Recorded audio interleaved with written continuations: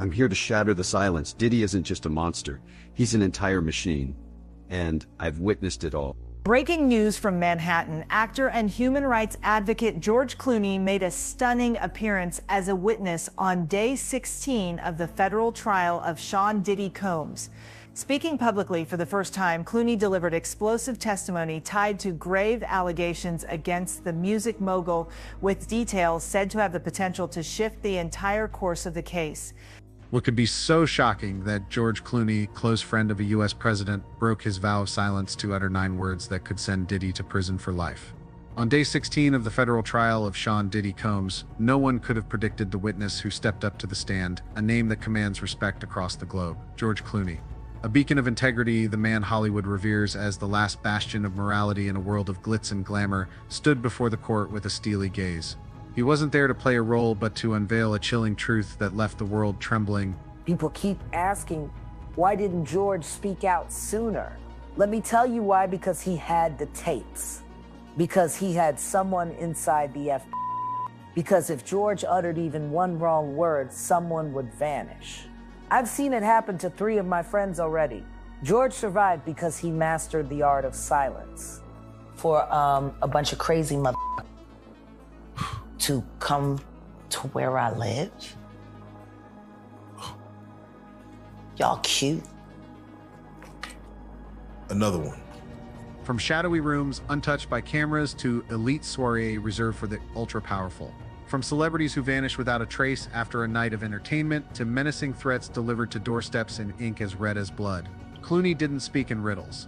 He brought forth memories never before revealed and a list of names that could rock Hollywood to its core.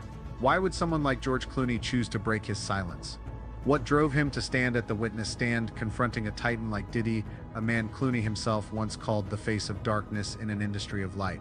Join us as we embark on a journey to uncover the truth, where light and shadow clash in an unrelenting battle. I never wanted to stand here, but there are things I've seen, truths I can't carry to my grave. Diddy didn't just harm individuals. He constructed an empire of crime, and I was one of its victims. A murmur rippled through the courtroom. Even the court stenographer paused for a fleeting moment. George Clooney, the man celebrated as a beacon of human rights, a close ally of political giants like Barack Obama and Joe Biden, now stood at the witness stand, facing down one of the entertainment industry's most formidable titans. Clooney locked eyes with the jury, his gaze sharp yet heavy with anguish, his words struck like a bullet piercing the silence of the courtroom. Reporters scrambled to jot down every syllable, while spectators held their breath. This wasn't just testimony, it was a declaration of war. Why would George Clooney, a man who has it all, fame, influence, and universal respect, risk everything to confront Diddy?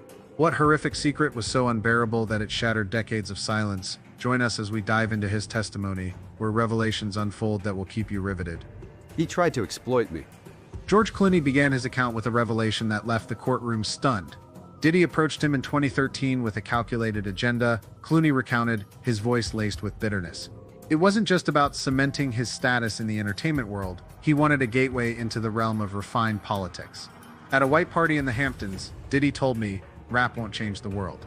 True power lies in places like the United Nations, the World Economic Forum, or organizations like the Gates Foundation.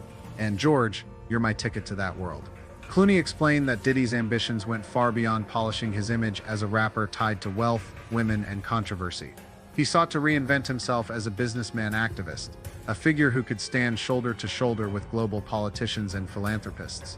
He knew that aligning with me, someone respected in both Hollywood and Washington, would give him a shortcut to the corridors of influence without navigating the maze of political affiliations, Clooney revealed. He even bragged about wanting to forge new black leaders in American politics, but I quickly saw through it. It was just a pretext to advance his own selfish agenda. Having seen through Diddy's true nature, George Clooney chose to play a perilous game. I figured if you don't enter the tiger's den, how can you catch the beast? He said, his eyes glinting with resolve. I pretended to accept his invitation, stepping into his world to gather evidence and expose this demon for what he is. But Diddy was no easy mark. He's a cunning fox, Clooney admitted. At first, he was cautious. For a full year, he only invited me to his white parties, lavish gatherings where Hollywood stars, tech billionaires, and politicians clinked champagne glasses, discussing everything from movie scripts to global policy. Every so often, he'd toss out a question about politics, as if probing me, testing whether I was someone he could truly trust. It wasn't until the summer of 2013 that Diddy began to let his guard down, revealing his true colors. Everything shifted when Clooney received a mysterious envelope with no return address. Inside was a plain white card, blank except for GPS coordinates and a single timestamp, 2 a.m. I thought it was a prank, Clooney recalled, until a text from an unknown number popped up on my phone. Follow the coordinates. Wear black. Leave your phone behind. Curiosity, tinged with a gnawing sense of unease, overpowered his caution. Clooney decided to follow the instructions, but not without a plan. I brought along a tiny camera concealed in my watch, a device I'd long relied on to protect myself in unpredictable situations.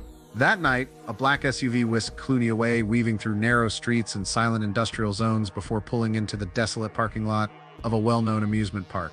"I can't name that park," Clooney said, his gaze darkening as he faced the jury.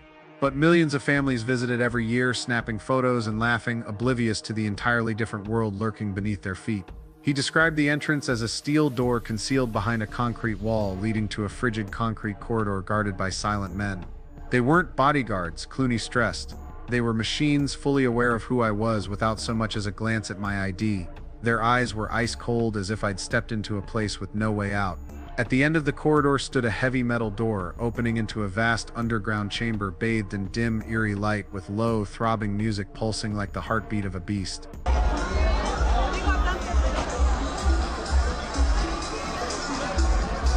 "This wasn't a party," Clooney said, his voice trembling yet resolute. "It was a ritual, a perverse ceremony.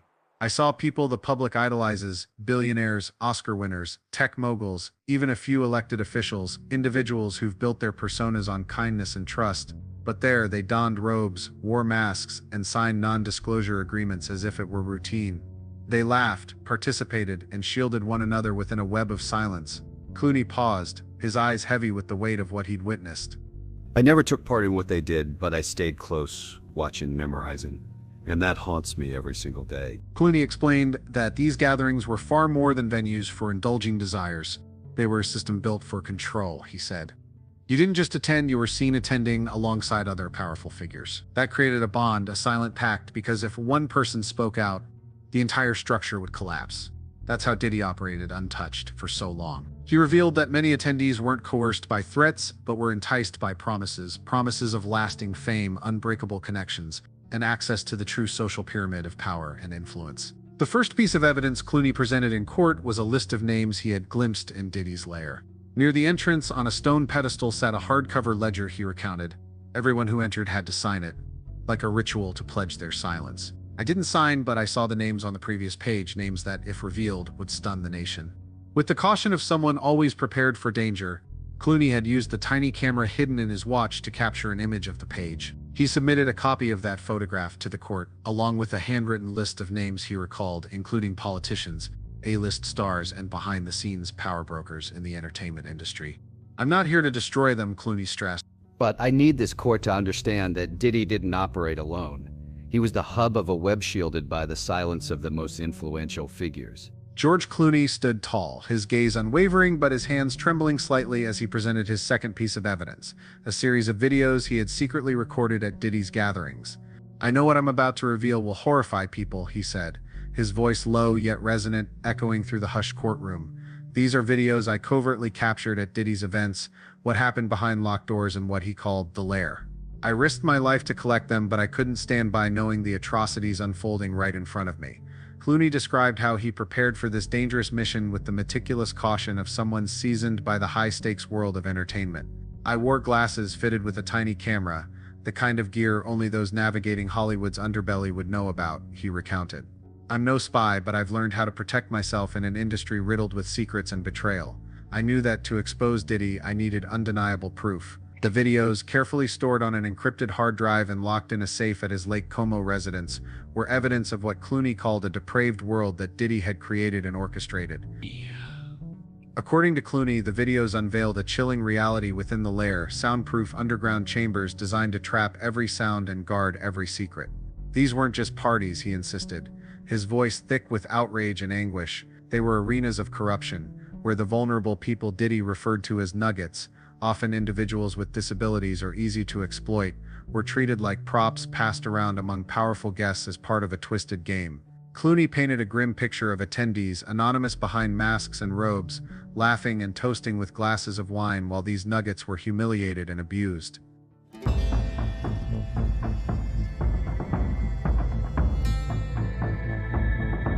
They called it entertainment. To me, it was a crime, a desecration of humanity. And at the heart of it all stood Diddy, grinning like a king on a throne of depravity, orchestrating every move with the confidence of someone who believed himself untouchable. One particular video brought the courtroom to a stunned silence, broken only by the heavy breathing of the jurors. Clooney described the scene captured on tape. Diddy, with a cold, commanding gaze and a voice dripping with authority, personally directed a group of masked figures, ordering them to perform the ritual on a blindfolded nugget lying motionless on a deep crimson cushion in the center of the room. It was like a ceremony of darkness, Clooney said, his eyes heavy with the weight of the memory. The blindfolded person had no idea what was happening, but the fear on their face, though partially hidden, made me want to retch right there. I had to suppress every instinct to intervene, knowing that if I did, I'd never get the chance to bring this evidence to light. He emphasized that Diddy wasn't just the organizer, but the mastermind, issuing commands with chilling precision, as if following a meticulously crafted script. Clooney explained that the videos didn't just capture acts of cruelty, they exposed a power structure designed to conceal and protect those involved. The people in that room weren't just thrill seekers, he said. They were billionaires, Oscar-winning stars, elected officials, individuals who'd built public personas on kindness, compassion, and trust. But there, they revealed their true selves, and Diddy knew how to exploit it. He used these videos, these secrets, to keep them under his thumb, like puppets on his strings. Clooney revealed that the footage also showed covert dealings, discreet handshakes, thick envelopes changing hands, and whispered conversations about business or political deals being greased in that very space. To safeguard the evidence, Clooney stored the videos on an encrypted hard drive, locked away in a hidden safe at his private residence. I knew that if Diddy found out, my family and I would pay a heavy price. My voice dropped, he said, his tone growing somber, but I knew these videos weren't just evidence against Diddy, they were proof of a system, a web of power built on silence, corruption, and manipulation. The people in that room didn't participate solely out of desire, they joined because they knew their mutual silence would shield them all. It was only when he decided to testify that Clooney entrusted the hard drive to his attorney with strict conditions for its protection. "I'm not doing this for fame or vengeance," he said, locking eyes with the jury. "I'm doing this for those without a voice, the ones turned into pawns in Diddy's game, and the schemes of powerful figures like him." When the video was played in court, only a brief, carefully selected segment due to its sensitive nature, a murmur rippled through the room. Jurors bowed their heads, some covering their mouths, unable to mask their horror. Clooney stood firm, his gaze fixed on Diddy, who sat motionless at the defendant's table. When the judge, with a stern expression, asked George Clooney why he hadn't come forward against Sean Diddy sooner, the courtroom seemed to hold its breath. Clooney lowered his head for a moment, as if wrestling with a painful memory, before looking up, his voice steady yet resolute. "Your Honor," he began, "I didn't speak out earlier for two reasons. First, I was afraid not just for myself, but for my wife Amal and our children. The people in Diddy's world, those backing him, wield power and influence beyond what most can imagine. They wouldn't hesitate to harm my family to protect their secrets. And second," Clooney paused, his eyes heavy with emotion, as if summoning every ounce of courage to continue. I couldn't bring myself to confront what I'd seen, the horrors I witnessed, or the steep cost I paid for daring to gather evidence against him. Clooney recounted a night in 2014 when he was at one of Diddy's freak-off parties secretly recording. Out of the shadows, Diddy emerged, his face an icy mask. "He didn't say much," Clooney recalled. "He just stared at me and signaled to his henchmen. Then I felt a sharp blow to my head. They forced me to drink something, a drug that left me gasping, my body convulsing. I collapsed." When he came to, Clooney found himself in a hospital, his body racked with pain. His wife, Amal, explained that a passerby had found him unconscious on the roadside, battered with multiple injuries, and called an ambulance. "It took me 6 months to recover," he said, his voice breaking with emotion. But the worst was yet to come. A month after his discharge, an envelope arrived at his Lake Como home. Inside was a USB drive and a card with a chilling message.